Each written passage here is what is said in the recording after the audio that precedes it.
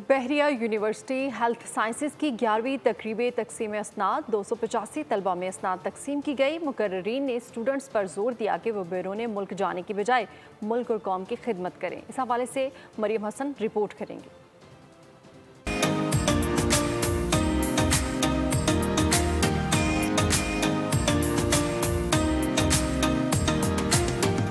तकसीम इस्नाद की तकरीब में तलबा की अहले खाना के साथ बड़ी तादाद में शिरकत। मुख्तलिफ शोबाजात में 250 स्टूडेंट्स को डिग्री से नवाजा गया। मेहमान खुसूसी सदर college of physician doctor Mohammad Shoaib Shafi ने कहा, तलबा आला तालीम हासिल करके पाकिस्तान में खिदमत अंजाम दें। बेटा ये कॉलेज बिल्कुल आपके साथ है, इस कॉलेज को ना भूलें।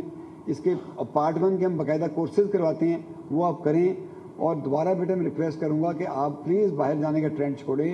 इस मुल्क को अच्छी ब्रेन ज़रूरत है। ये वालिदैन जो आपके लिए इतने खर्च करके वो तालीम तो लेके हैं, अब इनका भी राइट है और आपका फ़र्ज़ है कि इनकी खिदमत करें। बहरिया यूनिवर्सिटी हेल्थ साइंसेज के तलबा ने अपने वालिदैन के साथ तकरीब में शिरकत की और मुस्तकबिल में कौम की खिदमत के अज़म का इजहार भी किया।